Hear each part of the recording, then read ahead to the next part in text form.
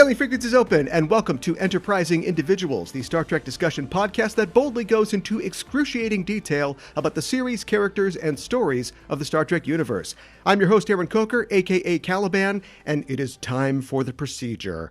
I'm joined on this episode by Chris Sims. Chris is a writer and podcaster and is known as the world's foremost Batmanologist. He's written for Marvel Comics, Oni Press, and Dynamite Comics on characters including the X-Men, Deadpool, and Ash Williams, as well as his own original series, Dracula the Unconquered. He's a former senior writer for ComicsAlliance.com, where he wrote the site's longest-running column, Ask Chris, and his work has appeared on various outlets including The Verge, Crack.com, Uprocks, and his own long-running blog, The Invincible Superblog. He's also a podcaster and is the host of various shows, including War Rocket Ajax, Apocryphals, Sailor Business, and Xena Warrior Business. Chris, welcome to the show. I should get you to do my CV. That was very comprehensive. Listen, you left out Polygon. Don't forget Polygon. I've written for Polygon. Oh, yeah. Of course, there's Polygon as well. Yes. And in all that, I have actually rarely written about Star Trek, which is a thing that I have loved for the past 35 years. Well, I know that about you because your Twitter banner is a picture of Riker, bearded Riker. Yeah, bad universe Riker. But like super bearded Riker. You can pretty much pin the exact date that I was like, well, this is where the world's going. Yeah, that's it. Well, permission to come aboard granted, and today we'll be talking about the fourth and final Next Generation film, Star Trek Nemesis. At the beginning of the 21st century, Star Trek was at something of a turning point. Voyager, the franchise's fourth series, was coming to a close, and a fifth installment, Enterprise, was in development. The last TNG film, Insurrection, had underperformed at the box office and received a mixed critical response, and Paramount had begun to wonder how much life was left in the franchise, and if a transfusion of new blood was what was needed. That new blood came in the form of an Oscar-nominated screenwriter, a nascent but successful director, and a rising new talent as the villain, all employed in a film that sought to break the mold of the typical Trek blockbuster. Conceived as a send-off for the TNG crew that would keep Trek itself in the zeitgeist, Nemesis was a disappointment critically and financially, and oversaw the shuttering of the franchise at Paramount, although Trek would return to theaters and success in 2009 for J.J. Abrams' reworking of the original series setting. Nemesis, for all its faults, is a film about evolving past your circumstances and your limitations, and one can only ponder whether the franchise's future retreat into nostalgia truly represents the victory of the echo over the voice. But we'll talk about that a little later in the show. First, Chris, it's great to have you on the podcast, and I always ask first-time guests to the show how they first discovered Star Trek. How did you become a Star Trek fan? I said 35 years. I turned 40 this year. Okay. Because I know that I watched the first season of Next Generation as it was airing. Yeah. But I'm almost positive that I was, it had been in my life, like in reruns before that. My mom and dad were both born in 1951. So they were like they were the age of like teenagers who would watch TV every day when Star Trek came out. And then when it was in syndication and kept alive for all those years, like I remember my mom telling me a story about how when she was 20, she went from her hometown outside Cincinnati to a commune in Kentucky, which was, in her words, mostly hippies and one neo-Nazi. Oh, okay. She was one of the hippies, for the record. And so things were tense, but like every day at 3 o'clock, everyone would just stop and watch Star Trek. And I would like to think that doing that would have led that guy to a better understanding of the world. Well, I don't know if you know, there are certain elements of fandom, but hopefully that would have worked on him. Yeah. One hopes maybe all those subtle metaphors of the original series. Maybe a little too subtle. Yeah. Right. But I remember being a kid and new episodes of Next Gen would come on at like 4 o'clock on a Friday, and that would kick off my weekend. Like I remember I have a disproportionate amount of affection for Move Along Home, the maybe actually not very good episode of DS9 where they get trapped in a Jumanji. Yeah, yeah. Because I remember like taping that one on VHS and watching it over and over, waiting for new Star Trek. Yeah.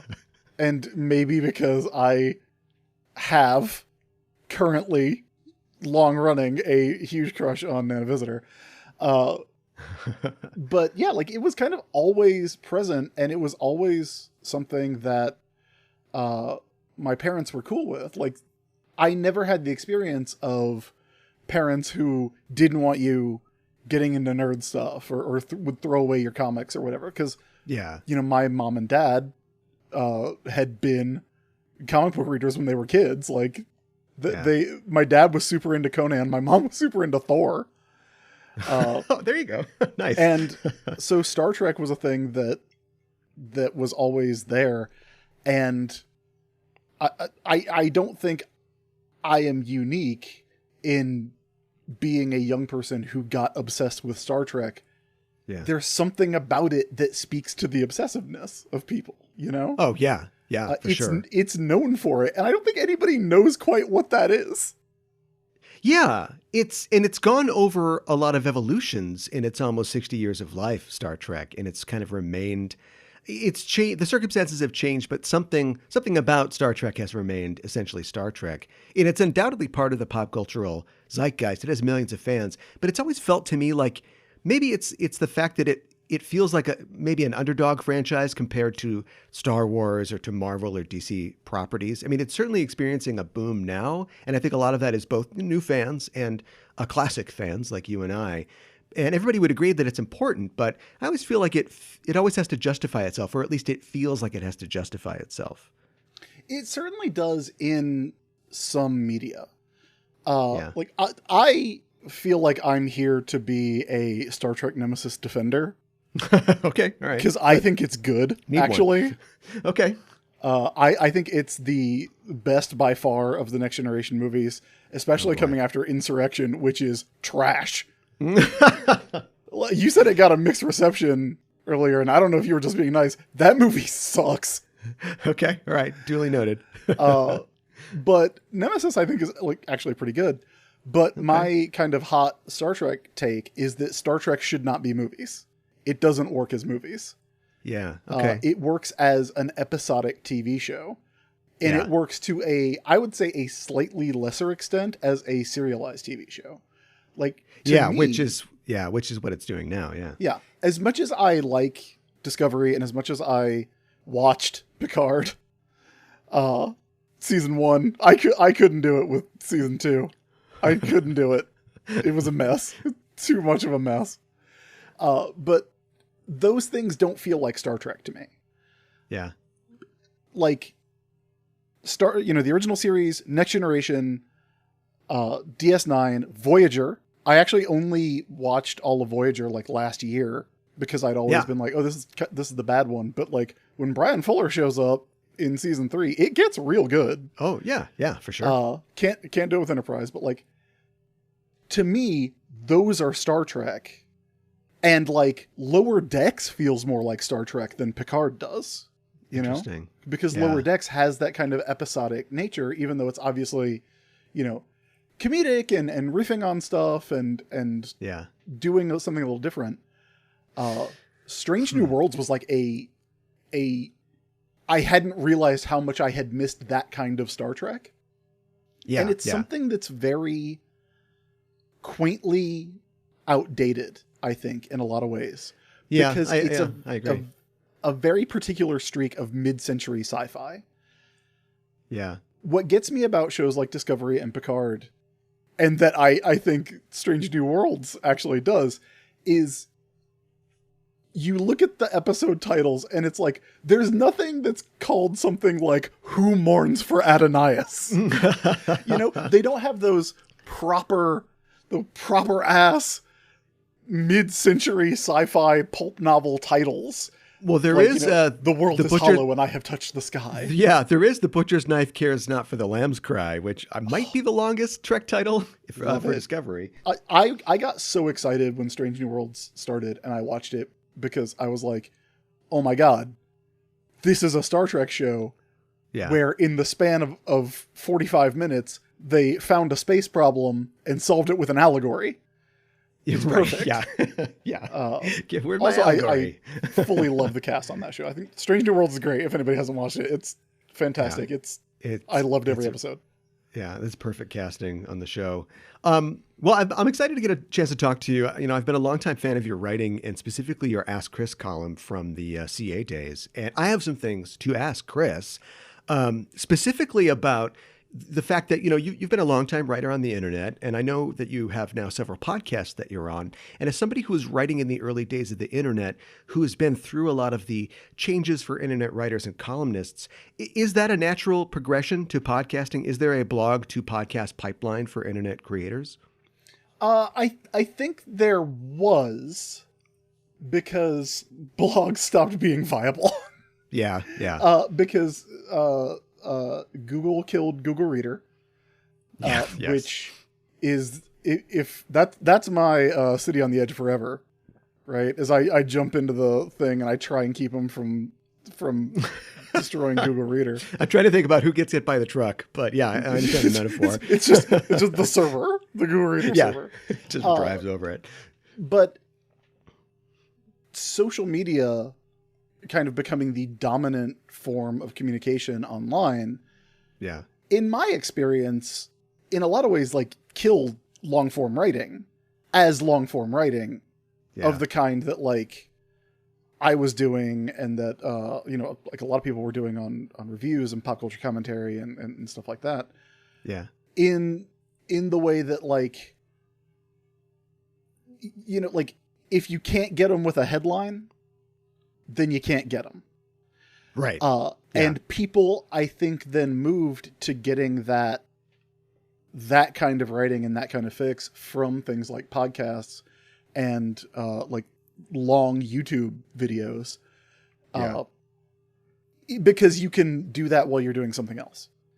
And I don't think of that as a bad thing. I always refer to my podcast as I address people who are washing their dishes when I talk to the listeners on my podcast, Sure. you know? Yeah. Because that's when I listen to them. I listen to podcasts when I'm walking my dog, when I'm washing dishes, when I'm playing video games with some grindy parts, you know?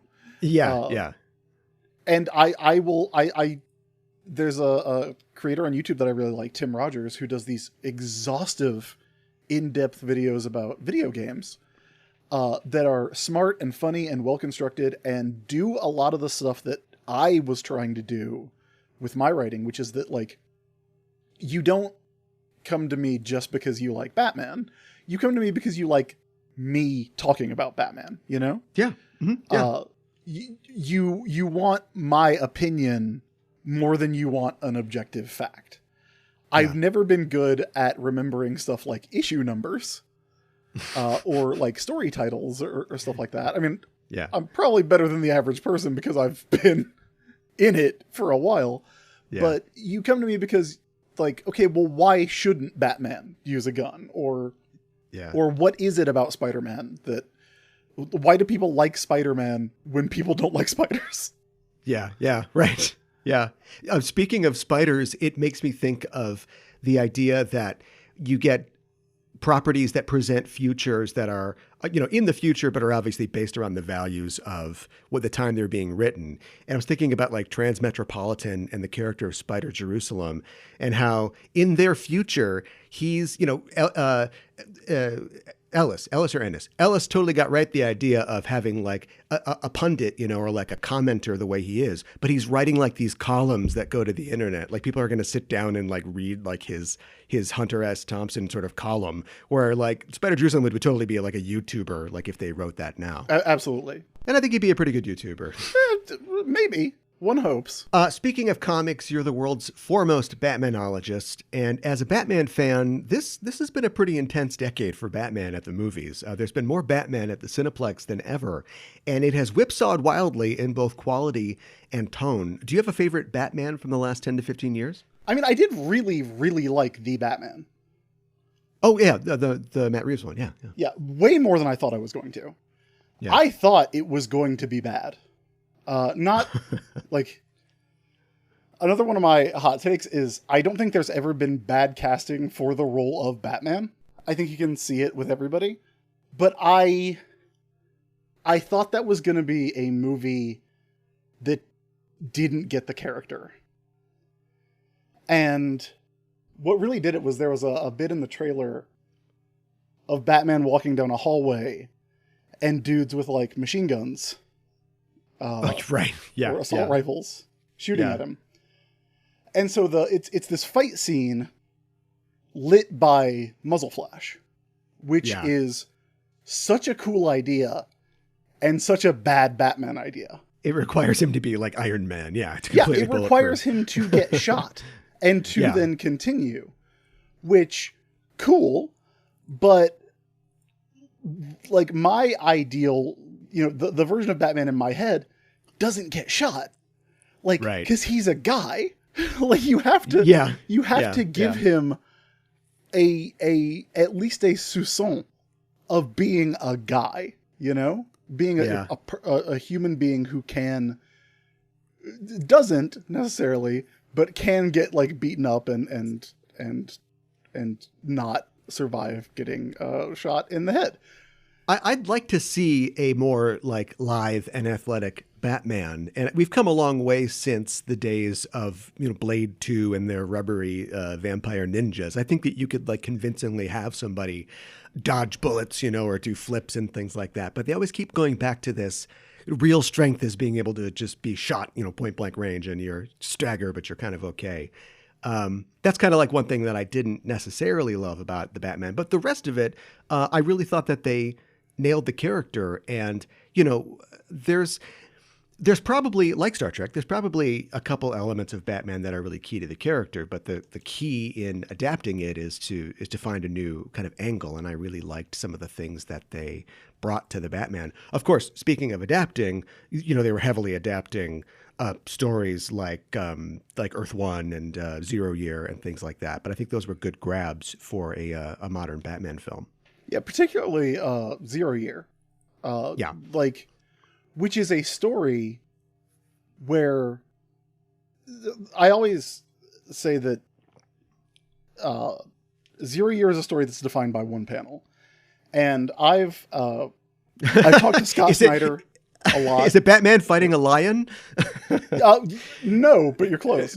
What's weird about that is a throwback to a panel from Batman's actual first year of comics. Where he puts a lion in a full Nelson. It's great.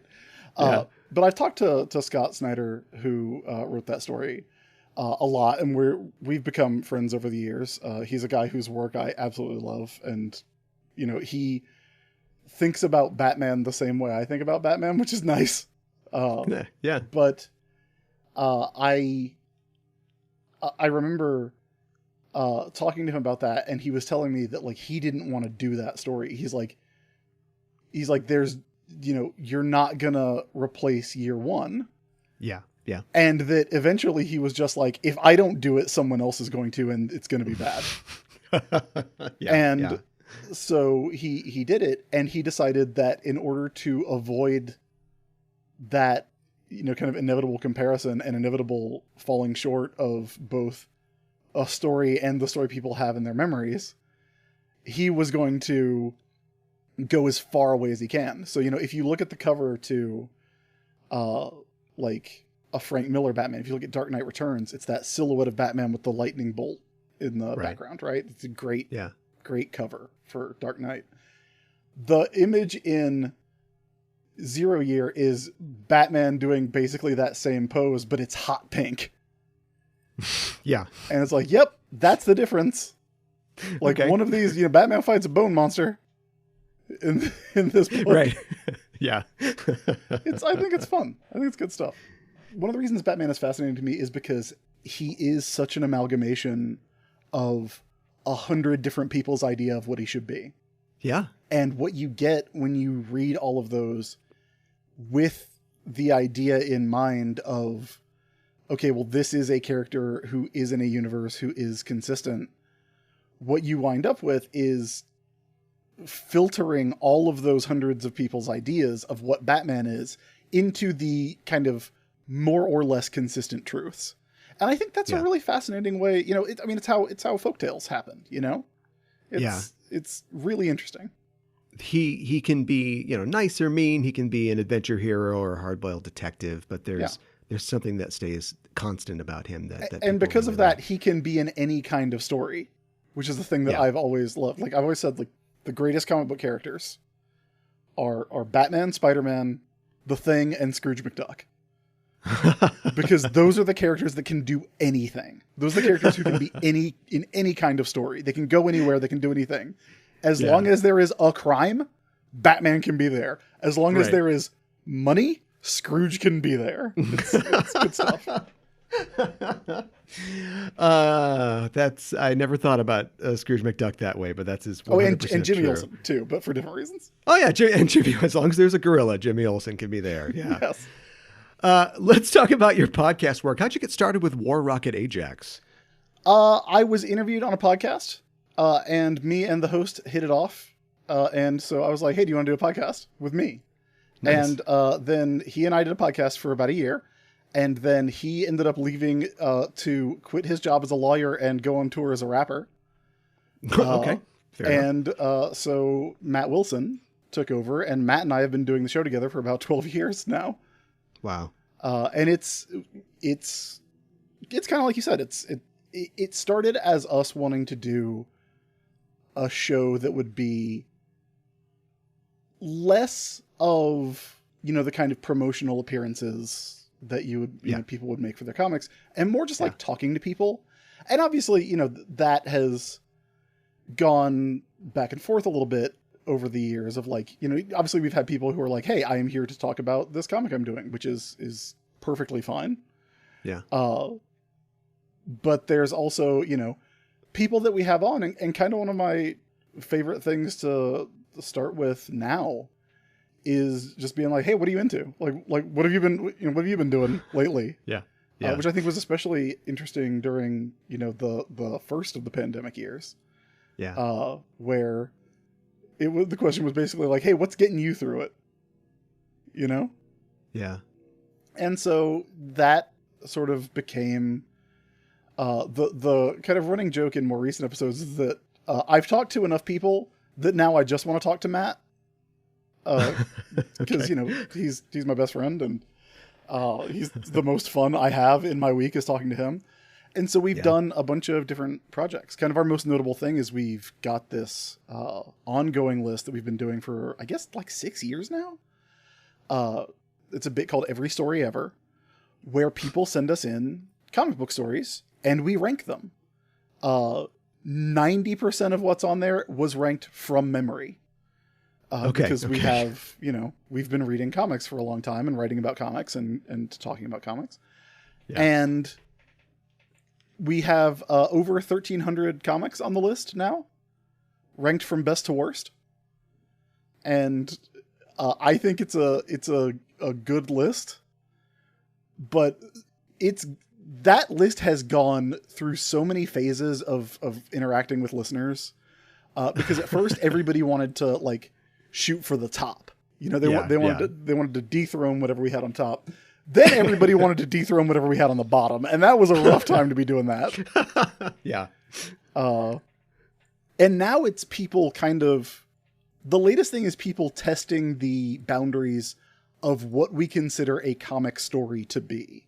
Okay, because interesting. We've ranked individual issues, but we've also ranked something like James Robinson and Tony Harris and Peter Snebjerg's Starman, which is an 80-issue series, as one thing.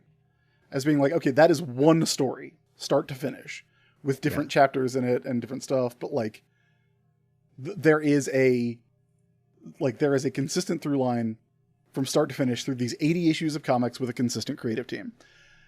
We've also had to rank single panel Heathcliff strips and gotten in like our biggest debate in a long time was someone sending in the classic Far Side strip panel, Cow Tools.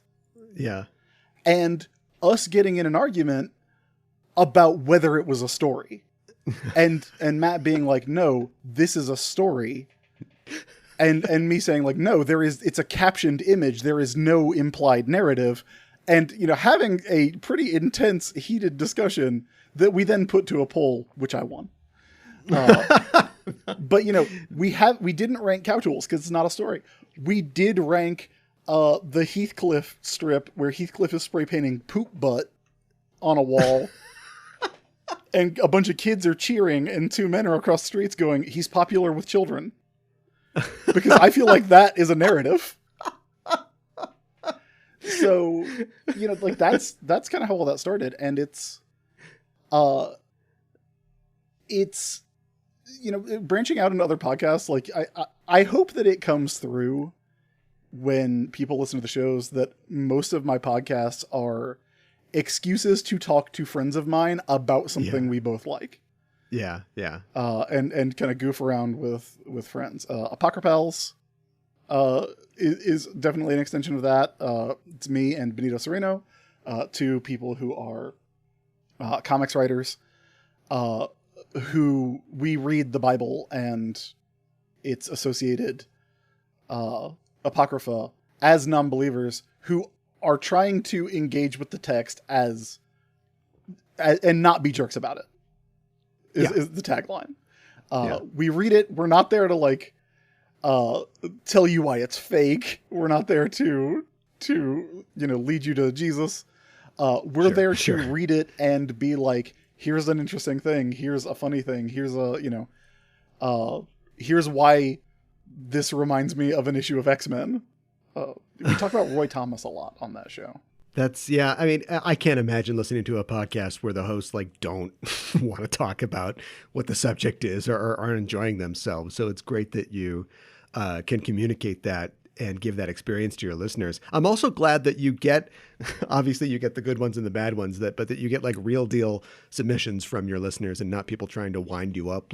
Rate the issue where Batman admits to wetting himself or something like that. We've had to do that one though. Don't worry. Like I said, there's 1,300 comics on there. Not all the worst stuff ever. Yeah.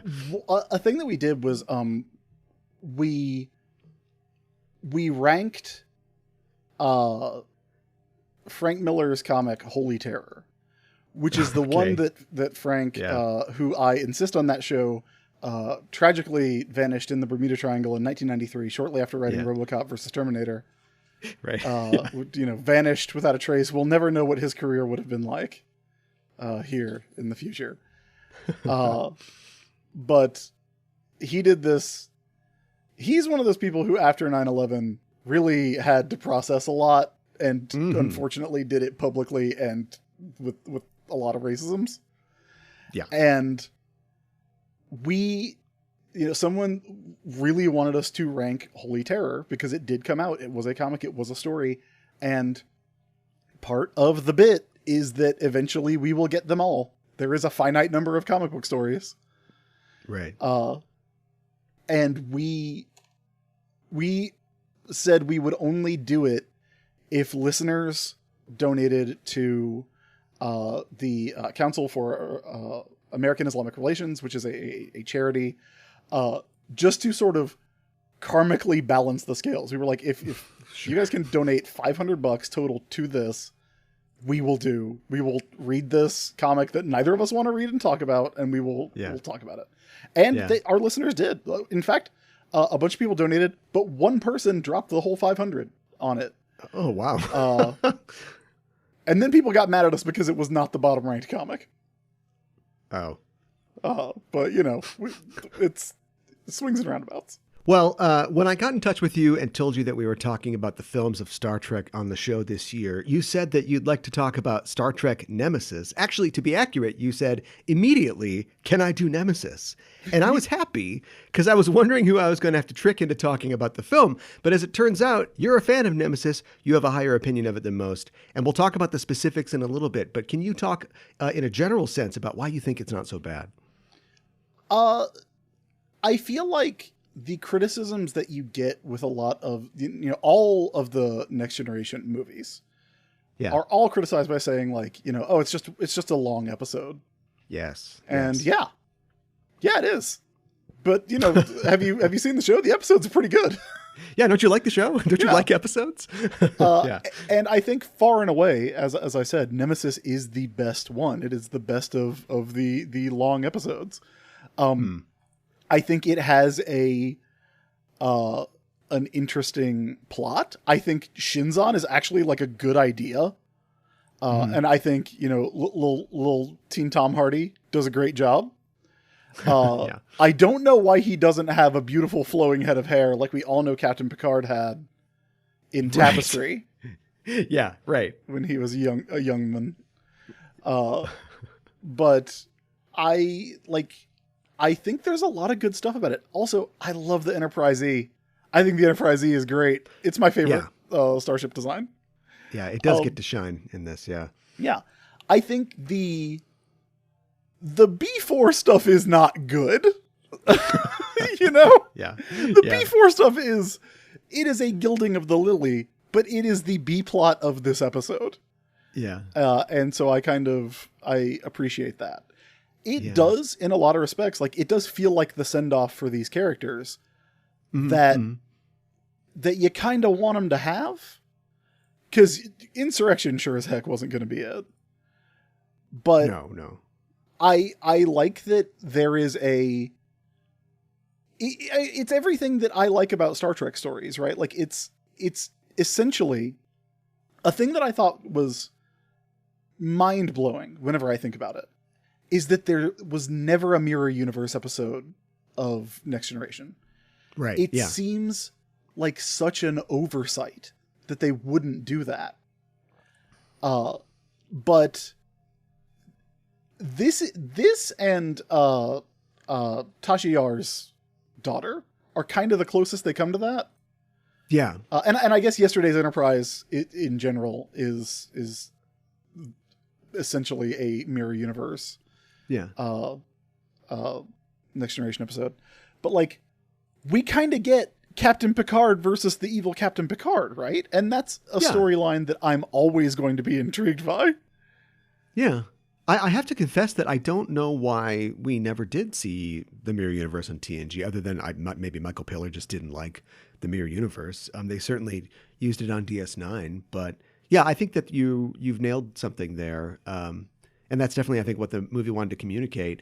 What always surprises me about Star Trek films, and we've been covering all the Trek films in order on the show this year, is how, in learning about the circumstances in which they're created, I've been surprised to discover that, every Trek film has had its like own story of crisis. Like there's a point where they almost weren't made at all for one reason or another. And I think that burden was definitely lessened for the TNG films. By the time they were making the TNG films, the crew was practiced at production. The movies are made with relatively little fuss and made on budget. But this film was probably the one that had the most problems, at least in the production and in like producing like a final movie. There's like 30 minutes of deleted scenes, and there was kind of a wider scope that the movie was going to have originally that had to be sort of cut back. And, I'm no fan of like the Snyder Cut philosophy, but I wonder if having a little more money and having more of a lighter hand on the editing button would have produced a film that would have satisfied more of the audience. Entirely possible. I mean, like I feel like that is simultaneously what people don't think they want, but what they actually want, right? Like just more. Matt and I were talking the other day about the Bob's Burgers movie that came out. Oh, yeah. And how it's just a longer movie, like a longer episode of Bob's Burgers where they had more money. Like they had time to animate shadows. So it just looks like a better version where they got to put in all the jokes that wouldn't have made it. Yeah. And that's kind of what I want. Again, I don't think Star Trek works as a movie. I want a big episode. I want at most a two-parter. And if you really want like a good Next Generation movie, just watch Chain of Command back to back. Watch both parts. It's great. Yeah, sure. But even that, like there's definitely two distinct halves of it, as there is in Best of Both Worlds. There's the sneaking around in the caves, and then there's the torturing part of it. Yeah. R.I.P. to a real one. R.I.P. to David Warner. My main sure. dude for most of my childhood. So with that perspective in mind, what did you think about the reboot films, the Kelvinverse films? I hate them. Okay, fair enough. We won't have you back for them. No, it's so frustrating to me. Those movies are incredibly frustrating to me because it's like watching the first 2 seasons of Star Trek: The Next Generation, where you're watching it and you're like, this cast is incredible, and this is what you're doing. Yeah, you don't get what this is. Yeah. Like, I could not put together a better cast than those movies have. You know, Chris Pine is an excellent Kirk. He really is. And, you know, I love the boss dog, Carl Urban. Love him. Yeah. With a passion. I do one of my podcasts that I do is about Xena Warrior Princess, where that man plays 4 different characters. Yeah, right. Yeah. Yeah. The great Carl Urban. He's awesome. I think he does a great job with some truly terrible material. Like, we did not need an explanation for why they call him Bones. We know why they call him Bones. It's because he is a doctor. Yeah. That's and the show is a Western. But, like, I don't know why you would do that. I don't know why you would take this incredible cast and then do what you have done with those movies. They, you know, you talked about Star Trek kind of being overshadowed by Star Wars, and I think that, like, comparing the two is so difficult to me. Like, because they never have seemed like they're the same thing. Even though, you know, Star Trek at its best kind of feels like little movies, and Star Wars by design feels like a serialized story. One of them is movies and one of them is TV. And I think at their best, they play to the strength of those media. Yeah. And there's a lot of Star Wars TV shows now, and a lot of them, you know, I think that if they had tried to make like a Star Wars show in the 80s, we would have really seen like the tail of the tape as far as, okay, do a TV show, because Star Trek is making movies. Now TV shows are just long movies. So I think Star Wars is in a good position to try and make streaming shows because they can just stretch it out as long as they want. But I would be more interested, and we have seen in some mediums more self-contained, you know, half-hour or hour Star Trek stories. But it's weird how they both are kind of out of pocket trying to do what the other one does and have mixed results. Yeah, which I think is why, like, Strange New Worlds felt so refreshing, because it's not an attempt at prestige TV. Yeah. I mean, it obviously is. There's obviously, like, money and time and you know, everything that you want out of prestige TV from it. But in structure, I feel like they have a 20-year backlog of people who love Star Trek writing these perfect 45-minute stories. And that's what I want to see. And I want to see him do Star Trek stuff. Like, you know, the Enterprise gets turned into a Ren Fair. Right. Yeah. For a minute. You know, that's what I want. Yeah. Because those are stories that are like, you wouldn't want to go to another building and pay money to watch that.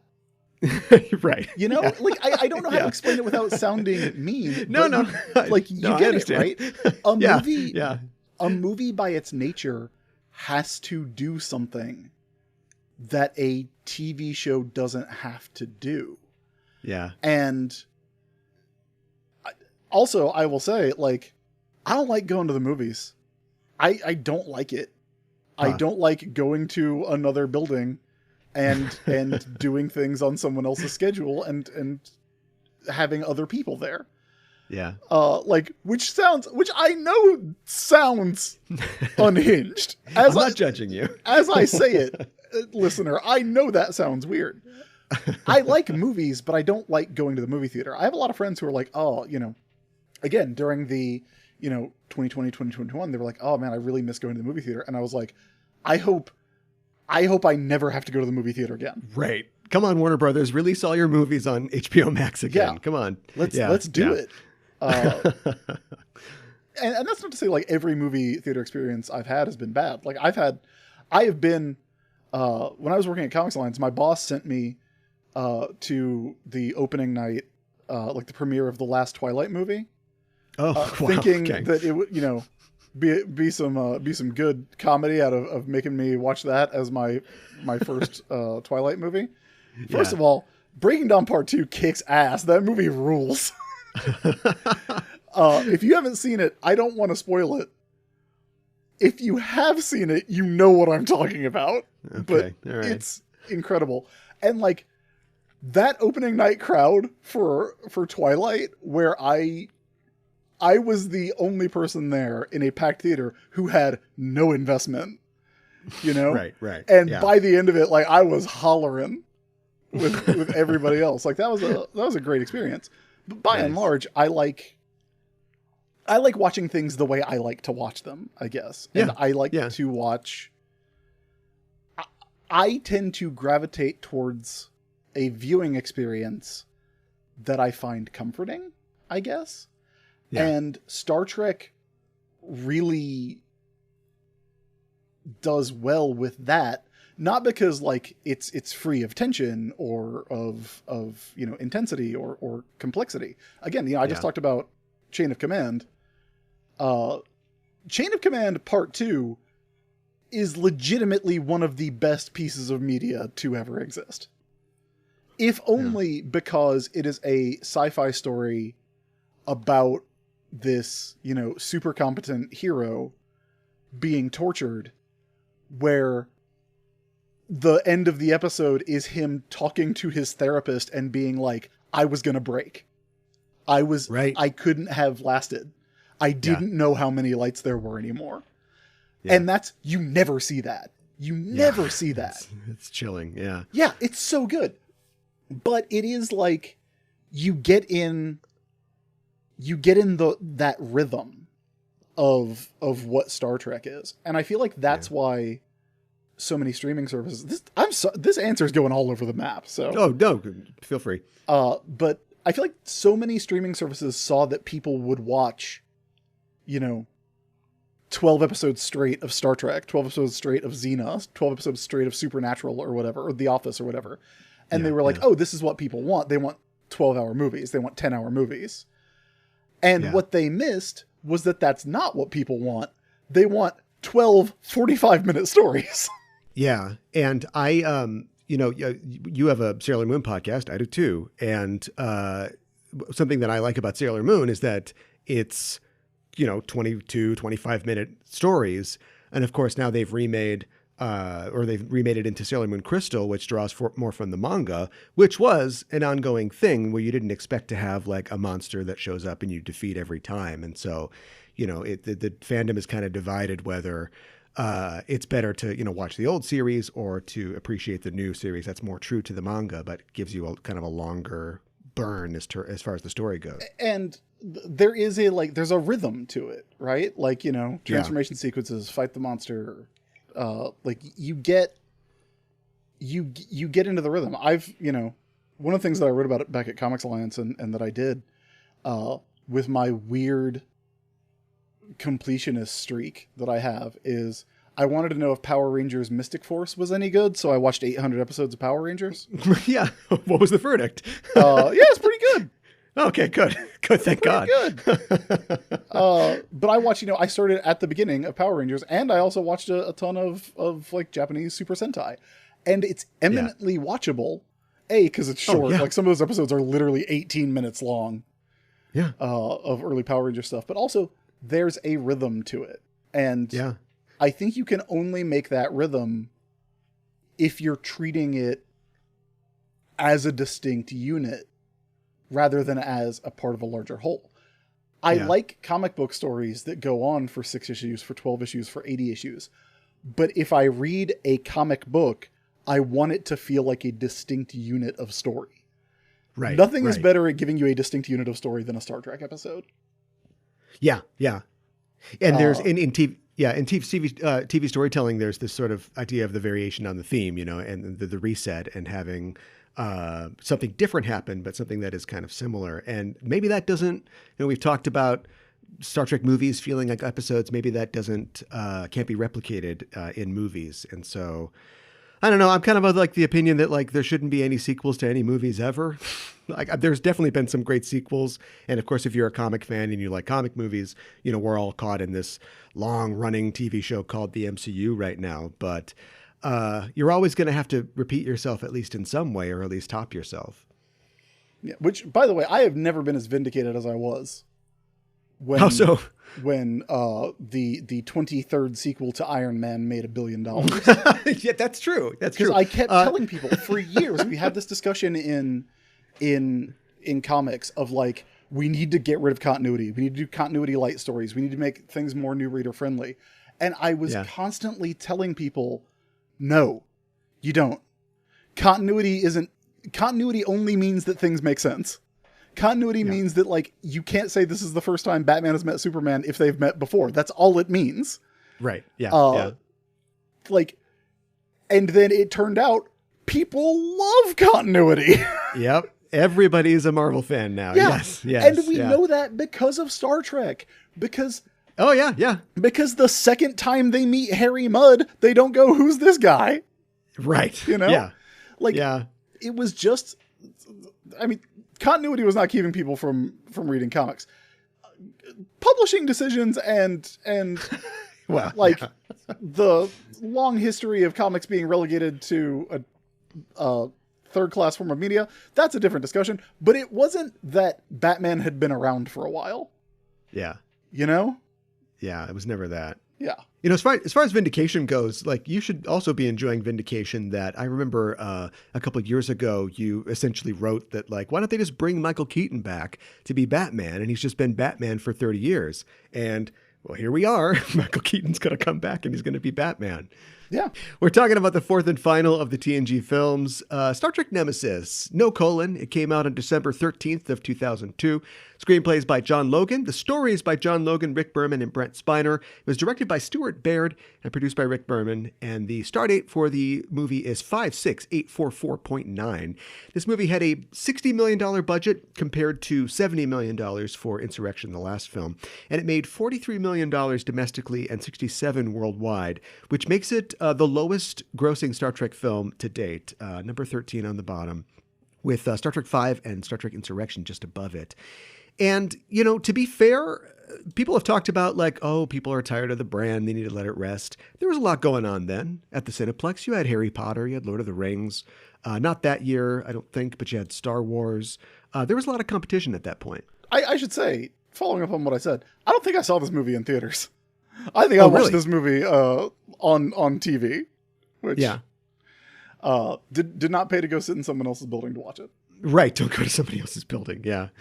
It is it's the second to last rated film. It's 38% on Rotten Tomatoes. Star Trek V is at the bottom at 22. That is madness. Really? To say that Star Trek V is worse than Insurrection? Yeah, I absolutely disagree. Not with you, with those ratings. Yeah, Insurrection's actually number 9 at 54. I will say this. When my wife and I moved across the country last year, we moved from my home in the Carolinas to her ancestral home of Minneapolis, Minnesota. And while we were packing, she put on, I have all the movies on Blu-ray, and she put on Star Trek the Motion Picture, and she's like, I've never seen it. And I was like, babe, it is ponderous. And she was making fun of me. She's like, ponderous, get out of here. Why don't you go write a column about it. Yeah, and then, I went and packed up a bunch of stuff, and I came back in the room, and she was like, you were right. This movie is ponderous. Yeah. But there was the whole gag about how the even number ones are good. Yes. And the odd number ones are bad. They're not. Yeah. If you watch them kind of in order, like it's a TV show, they're pretty good. Yeah. Star Trek V, pretty good, actually. Yeah. It's another film that barely got made. There was a lot of problems behind the scenes, but I think the core of it is solid, and I think it fits well in those first 6 movies. I think the first 6 movies, all considered, like you said, in order by themselves, are good. Maybe if you just plop on Star Trek 3, without any context, it isn't quite as good as like Star Trek 2 or Star Trek 6. But you know what I say to people who don't like Star Trek 5? Go climb a rock. Go climb a rock. Yeah, exactly.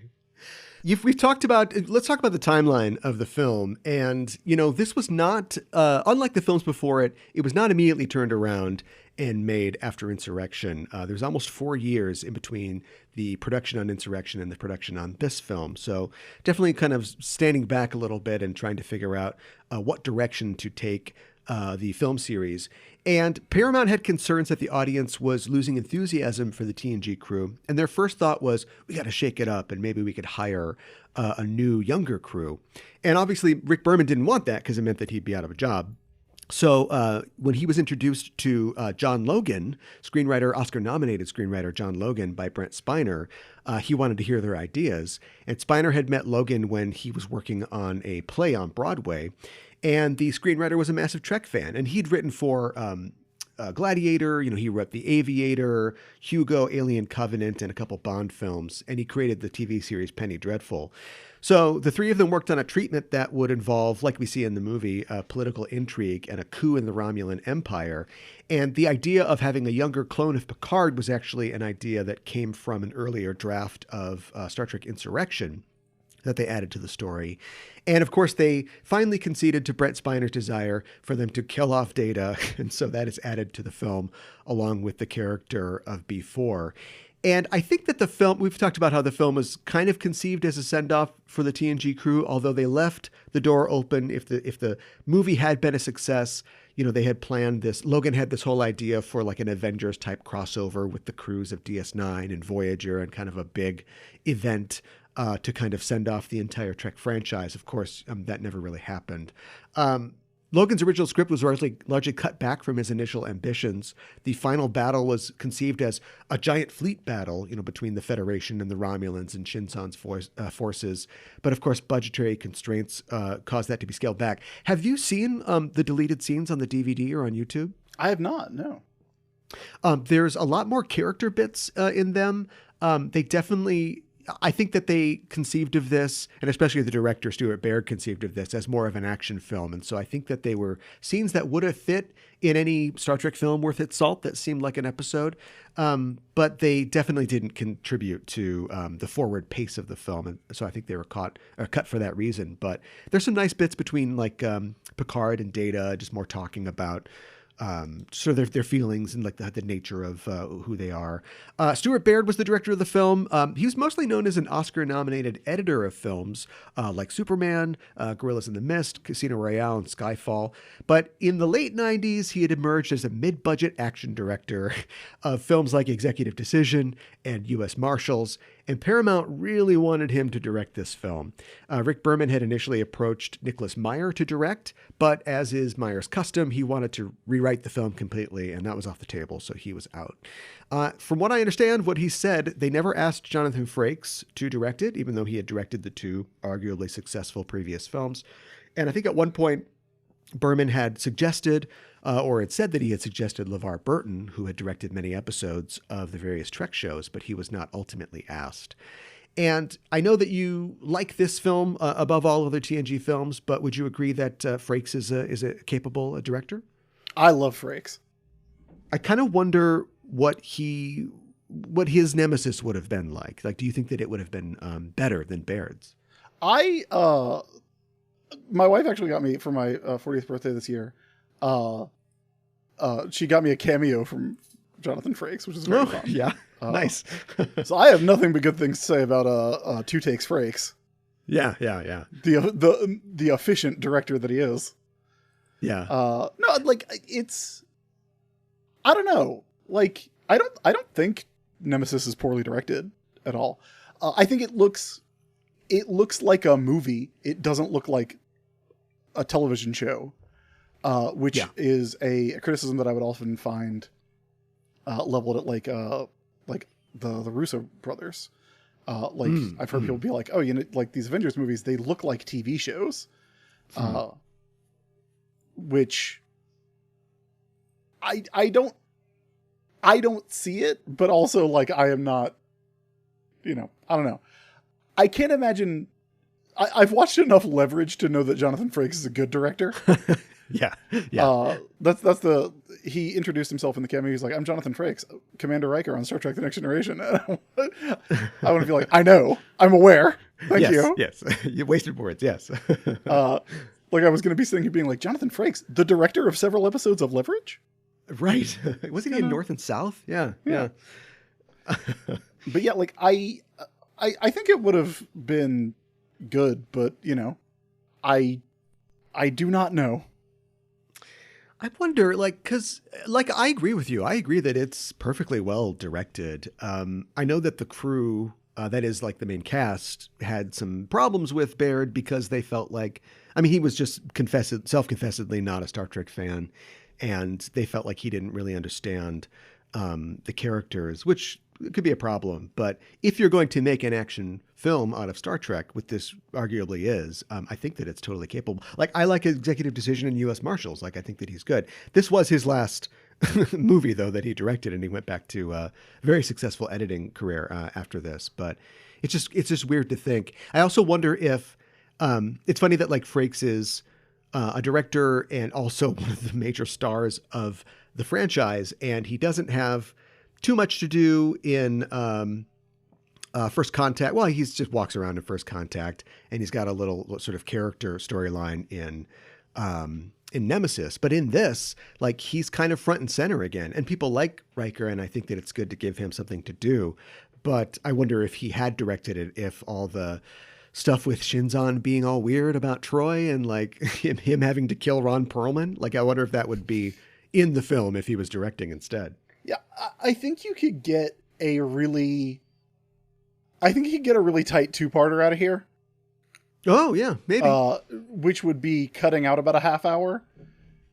And I think like the first thing I would take the old scissors to is the Riker Troy monster jump scare sex scene. Which he Frakes refused to shave his back for, so they had to use CGI to erase his back hair. Apparently, of the stuff like the film is, I think I don't know where it falls in terms of length of other Star Trek films. I know it's one of the shortest, and I think it clips along pretty well. But of all the cuts, the one thing I regret losing. It's totally stupid, but when he is fighting Ron Perlman's Riemann character on the bridge, and he's hanging from his leg, and he kicks him in the face, and he falls to his death. They cut a line where Riker says, "Don't worry, hell is dark," and then he kicks him in the face, and he falls to his death. So it's like a little action movie line for Riker might have been fun there. I will say this: nothing but love in my heart for Jonathan Frakes. I would not let anyone who had touched Insurrection touch the next film if it could be avoided. Yeah, all right. Maybe it's best that he sat that one out then. This is the only Star Trek movie to not finish #1 at the box office on its opening weekend. It's also the first Star Trek film to have no miniatures built for the ship shots. They're all CG, except partial models were built of the Enterprise E and the Scimitar for that ramming scene where they ram together.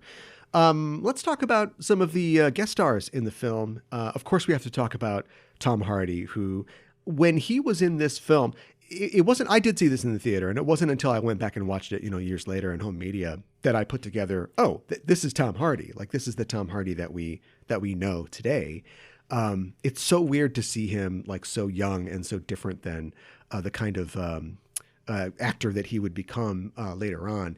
They were looking for a young Patrick Stewart type, and they specifically wanted an unknown. And he doesn't look exactly like Patrick Stewart, and they kind of did nose and chin work to help him out. Apparently, he auditioned by tape from a hotel in Morocco where he was shooting on location, and he had gotten his hands on a script of the film, and he did his part partially nude, apparently, on the tape. So, Tom Hardy's crazy, but we know that. And he was cast in the role, and this is his first major film role, and he took the failure of the movie like very personally. And he got very depressed over it. And apparently he started drinking after it. And this is like the period where he got divorced. And he had apparently considered suicide, like he was that depressed. But eventually he, pulled himself together. He was cast in Nicholas Winding Refn's Bronson in the titular role. And he stopped drinking and he started working out. And Bronson is, jacked in that film. So this is the start of Jacked Hardy. So what I'm proposing is that the failure of Star Trek Nemesis gave us Bane. in The Dark Knight Rises. Yeah, like I'm not incredibly surprised by that story because I know like Tom Hardy's been like really open. Like, he is he's an artist. He's like a sensitive guy. Yeah, and he gets really into his roles. Yeah, and that's it's a bummer that he took it so hard because he is really good in this movie. Yeah, like he's solid. Like he turns in a really good performance. Again, I like the movie, but I think a thing that you can say about Star Trek is that like at its worst, 9 times out of 10, it still has like some pretty good acting. Like, I talked about the first, seasons 1 and 2 of Next Generation and how they are nearly unwatchable. But the cast is so good. Like if they had cast any other group of people, I can't imagine that show continuing to season 3, like making it. If they had made people, if they hadn't bundled it, like you can't have the proven ratings of syndicated Star Trek The Next Generation unless you also buy syndicated new episodes or of the original series, unless you buy the new episodes of Next Generation. If they hadn't done that and helped that show get to the point where the writer's strike ended and they were like, who's this Ron Moore guy? He might have a future in this business. Like it's that, and it's the acting that really helps it through. And so like, again, there's not a lot of bad casting certainly not in Next Generation, Joe Piscopo accepted. I'm glad to be on this show because I get to drop all these obscure references without explaining them. Yeah. People get it. Yeah.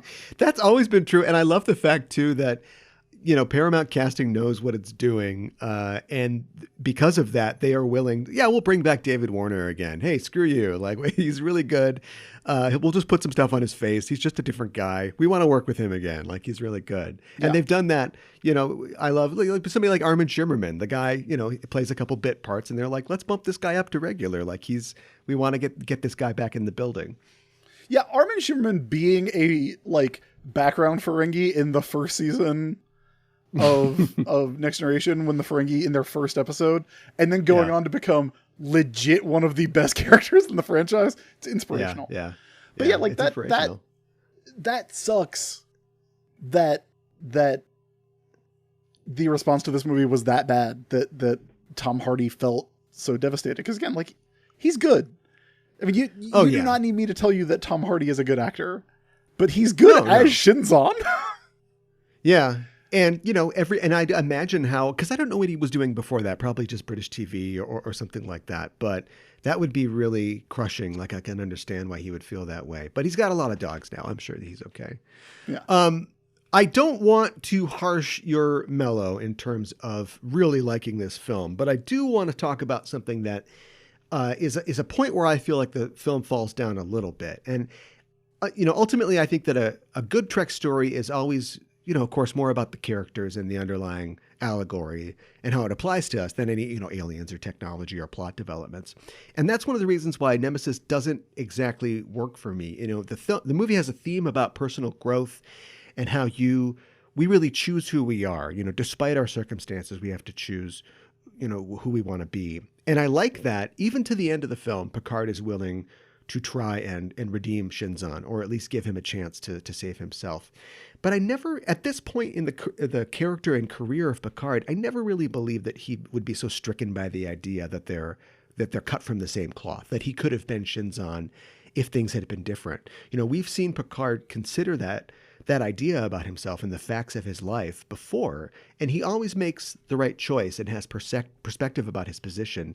And they do their best to try to personalize it, like Shinzon is literally a clone. He is a son in a certain way to Picard, but I never really buy that he's considering like, boy, this really could be me. I'm really struck by this.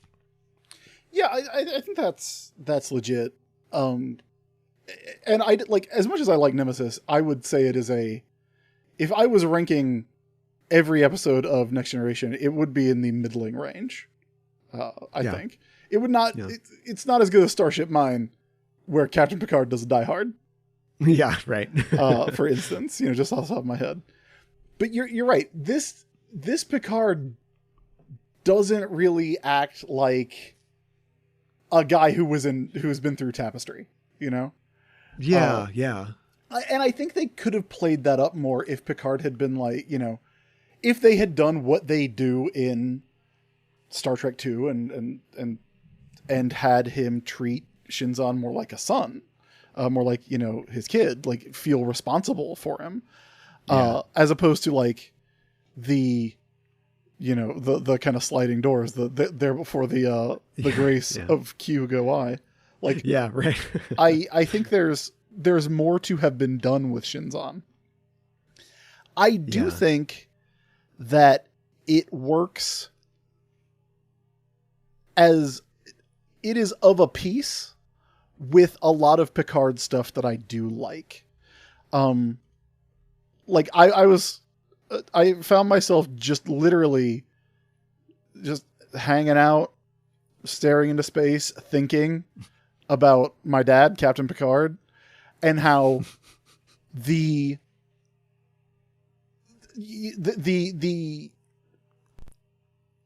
captains of the Star Trek shows can be boiled down to one thing.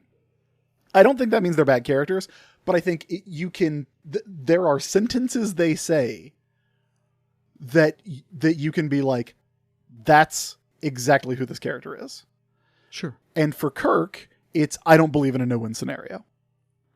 And that's why Star Trek 2 is so good, because this dude has to learn that you can't win them all. Like, right.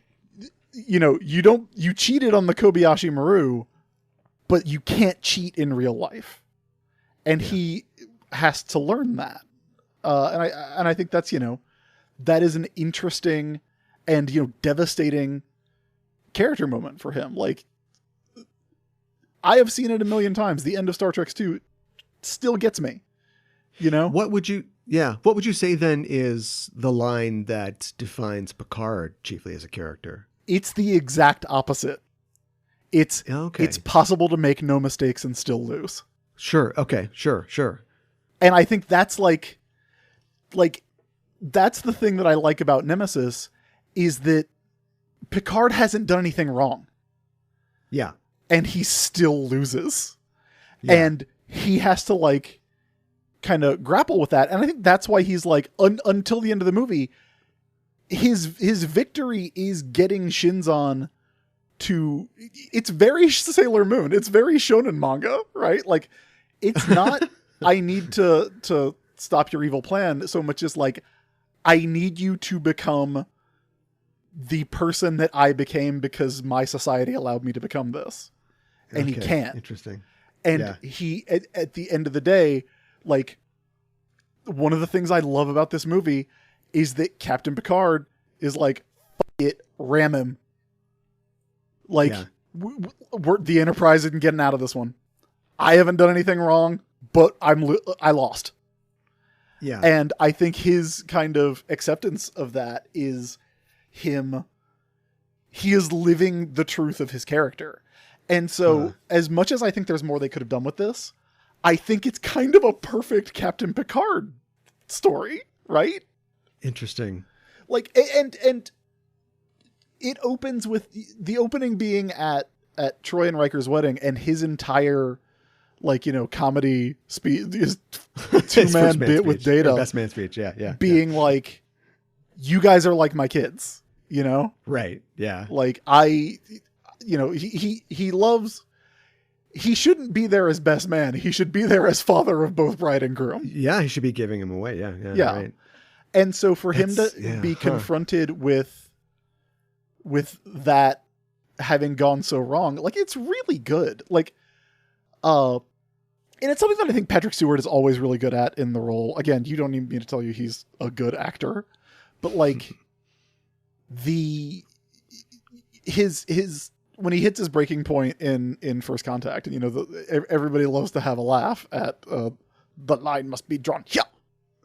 Right. But that's that's him having to grapple with the fact that he is an enlightened person from an enlightened society who has been so much, he's been through so much that for a minute, all he wants is to make it stop.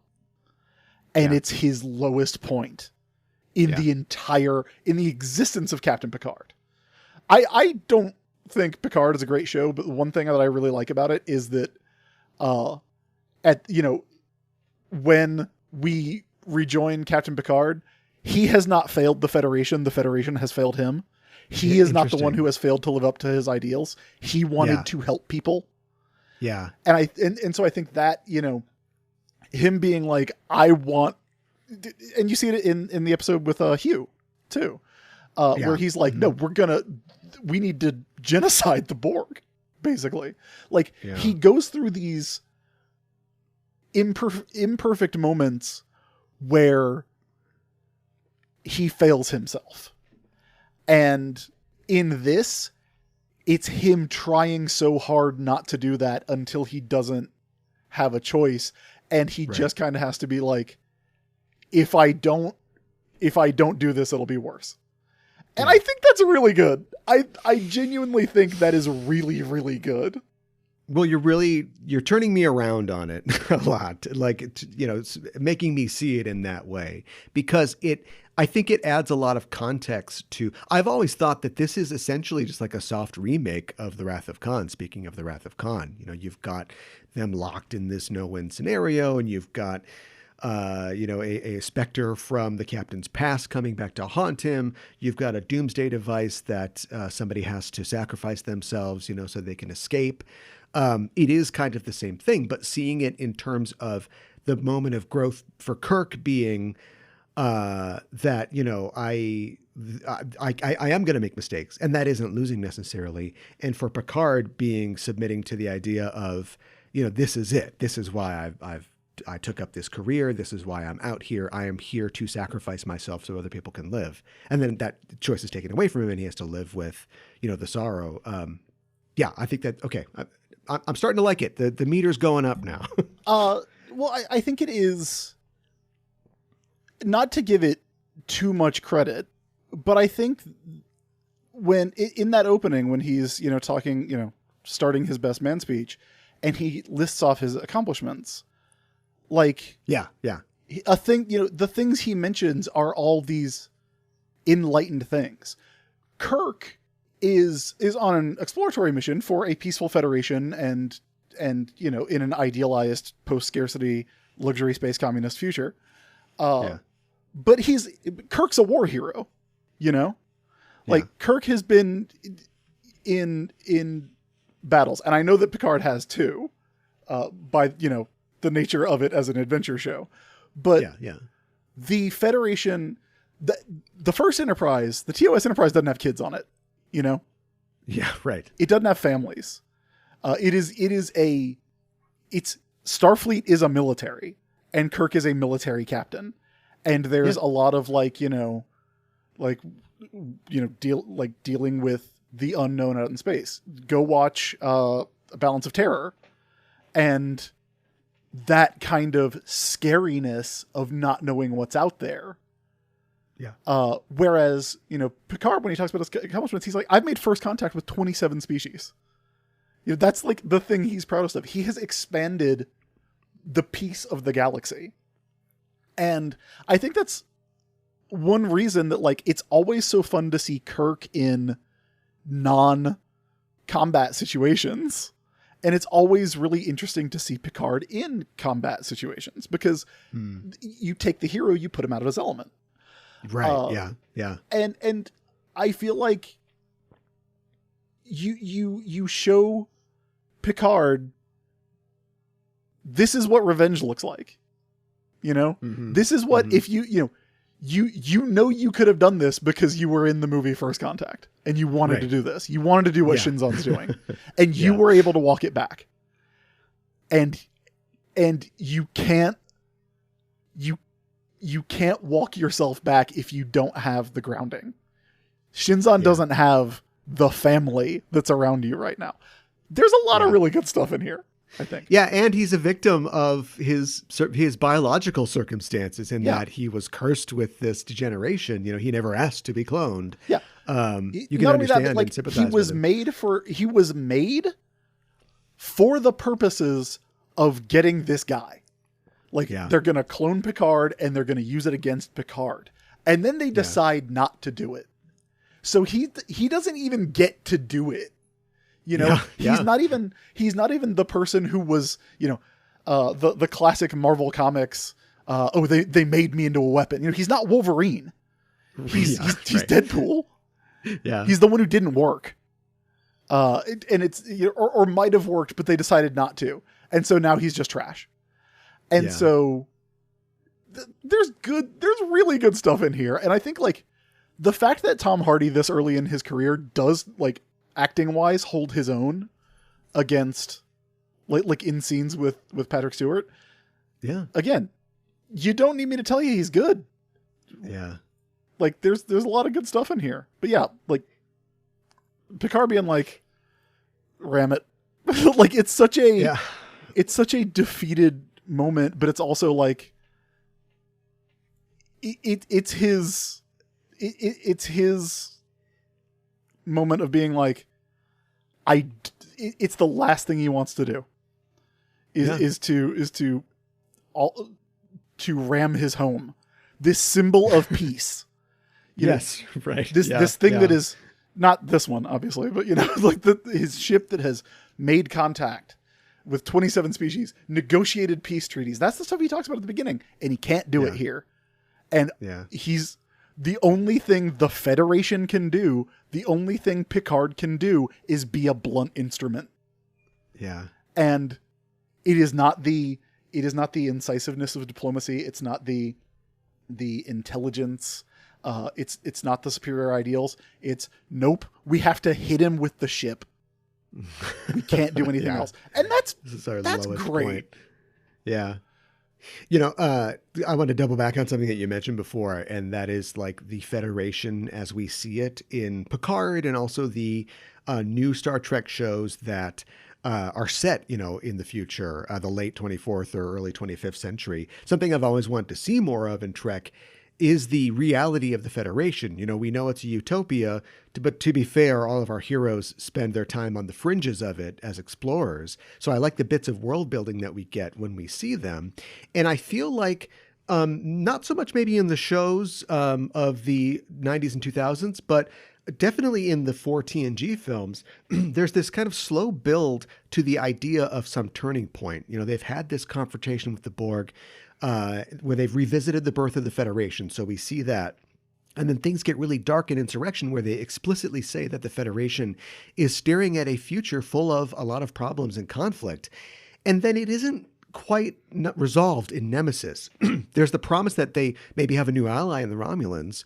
But then, you know, and this isn't the fault of the people that made Nemesis, but Romulus blows up. And then we move to Picard and the 25th century, and they're not really focusing on the Federation. We get, again, the suggestion that maybe things aren't so great. They definitely don't respect, you know, Picard in the way that he kind of expects to. And I don't know, like, I don't feel, well, I'll ask you, do you think that the Federation has to be a perfect utopia? Yes. Yeah. Because ultimately, Star Trek is a franchise about hope. And, like, it is impossible to divorce Star Trek coming on TV in 1966 with, I know he's not there till like 67, but like with a Russian guy driving the ship, you know? Right. Yeah. And a Japanese guy on the bridge. Like, it is impossible to overstate what the message of that is. And it is not subtle. It's if we're going to get through this, we're going to have to get through it together. And I think as much as, you know, oh no, there's no lawyers, there's no interpersonal conflict, people don't dislike each other anymore. As much as that is like wild and not how you should run a TV show, not how you should run a medium in which conflict is something you build stories around. Like, I get why you would want to lean hard into that because, ultimately it is a show, like it's the first episode of Strange New Worlds did this really good thing. It's like, yeah, we know how bad it can get, but we don't know how good it can get because we've never done it. We as a planet have done the absolute worst things to each other on a fairly regular basis for the entirety of history. We know how bad it can be. We don't know how good it can be. And I think Star Trek kind of has to be that vision of how good it can be if we just make it. And I find that very, like, it's very, kind of Pollyanna-ish, I know, but like, I don't have any interest in seeing conflict within the Federation, Yeah. Although I think that there was like my favorite parts of the most recent season of Discovery were kind of the debate scenes. Yeah. But I feel like I don't have any problem. Like, I don't have any desire seeing, the cracks in that philosophy, because I think that is a realism at best and a cynicism at worst that destroys the entire thing.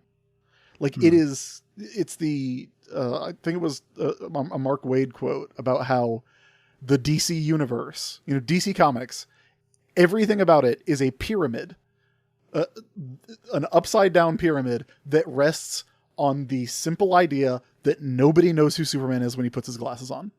Sure. If you pick at that, the whole thing falls apart. None of it makes sense. Yeah. If you accept that, you can build on it. But it's a crucial one thing. And I feel like the Federation has to be good. And the Federation has to be the best of us.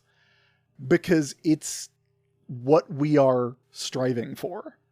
And I know I said that I liked that the Federation fails Picard.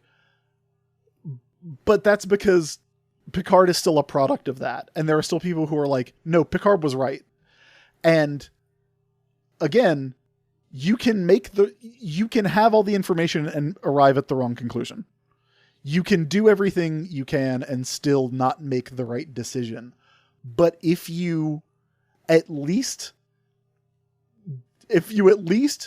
give yourself the opportunity, you might be able to come to the right one. And yeah, I like that, I think, is a necessity of the Federation. I also kind of like, just as a storytelling tool, I like it when there's Star Trek episodes where they go to, the Frank Gorshin planet and they're like, wait a second, y'all still have racism? Really? All right. I mean, okay, if that's what you're into. Yeah. I think that's, it is you can do anything you want with the story, because Star Trek is nothing if not adaptable. Again, Batman, Scrooge McDuck, Ben Grimm, Peter Parker. Those are your things that can do Captain anything. Kirk. Yeah. You can go to any kind of planet you can imagine. You can maybe save a little money and go to 3 planets in a row that just happen to look like 20th century Earth. Star Trek Season 2. Yeah. But any of that stuff can happen. But there always has to be an idea that behind us is safety, and behind us is good, and behind us is support, because that is what makes going where no one has gone before and existing on a frontier. That's what makes it dramatic. That's what makes it exciting, is this idea that you have moved away from that safety, from that goodness, from that, not to sound like every story needs to be the hero's journey, because, whatever, but, the land of perfect day. Yeah. You are away from that, but you're not there. You're not away from it because something's wrong with it or something's coming to it. It's so that you can bring it to others. And I feel like there is there is a, like, you know, somewhat religious undertone to that. There is like a somewhat, you know, missionary quality to going out there. And I think that the franchise by and large is at its best when it does that. I said that the Enterprise OG, you know, the TOS Enterprise, it's a military ship. It's, you know, Starfleet's a military, but it's a military ship that doesn't fly or doesn't shoot first. It's a military ship that the first thing they do is put shields up whenever they get into a conflict. Yeah. The first thing they do is move to protect, not attack. They always try to negotiate. And I feel like we don't need the Federation to be bad, because if we need to see it go wrong, we can, because we can have everything else. And everything in the show is an allegory, and it's all an allegory for humanity, because as of this recording, that's all there is. Yeah. So, you know, like the Romulans, the Klingons, like as fascinating as they are as constructed cultures, it's like, yeah, we know what happens if we revel in violence and we try to seek honor only through violence. We make these ships that don't have interior lighting. Right. We eat worms. Yeah. Well, as we get to the end of the episode here, is there anything that we've left unsaid about Star Trek Nemesis? Love the E. Love that flat whale of a starship. Great design. Yeah. I think on a previous show, I talked about it as like the Enterprise D is like a dancer, like a swan, and the Enterprise E is like a wrestler. It's got that like thick neck. Yeah. You know, it's ready for action. I love that. I love that. I love starship design on this show because it is so encapsulating of the culture of its time. Like the original series Enterprise is, you know, made by a generation of people who were drafted, but constructed with the colors of the Batman 66 set, you know? Yeah. The D looks like a minivan. The J.J. Abrams Enterprise looks like an Apple store. Like, I love the way that, like, it is such a zeitgeist of this is, you know, this is the snapshot of February 1987. Oh, that's good. That's a good observation. I wonder, like, I look at the ship observation, or I look at the ship designs for the new shows, and maybe I'm too in it because, you know, it's right now, but I have yet to figure out the sort of unifying design aesthetic in them. Like, you know, I see people posting like, oh, here's the new Titan or whatever for the next season of Picard. And I'm like, I can't tell them all apart in the same way that I used to be able to. Yeah, I think you wouldn't look at it at the time and be like, oh yeah, that's now. Okay. You have to wait a minute until look back. until you get some distance. All right, I'll check back with you in 10 years then. We'll see what they look like. I'm looking at pictures of the Strange New Worlds bridge now, and to me it just looks like, it's a spaceship. Yeah. And then later we'll say, oh no, it's a streaming setup or something. Yeah. Yeah. There's ring lights. Yeah, right. Exactly. Yeah. Kevin Pike making his TikToks. Well, since you're a first-time guest, let me ask you some questions I often do for first-timers. And that first one is, let's talk my space dad can beat up your space dad. Who's your favorite captain and why? And I think I know who it is. It's Picard. It's I mean, like, I genuinely, I think all, you know, Archer accepted, I like all the captains. Yeah. I think if you ask me, like, who is the best character, it's probably Sisko. Because, like, Sisko's got a lot of complexities and does the coolest thing anyone has ever done, which is when he leaves that baseball on his desk. Woo! Yeah. Oh, that's the coolest shit of all time. But, like, I do think it's worth noting, you know, Captain Picard had 170 episodes, most of which he was the main character. Yeah. You know? So I think Patrick Stewart and Captain Picard get the luxury of really being able to kind of flesh out what he is in a way that Kirk doesn't necessarily get, and that Janeway is kind of kept very static, because everyone on that show is static. Harry Kim is an ensign for 7 years. Yeah. But like, I like that Picard gets annoyed at things. I forget what episode it is, but when he's just trying to play his dang flute and people keep coming to his quarters. Yeah. I like him. I think he's the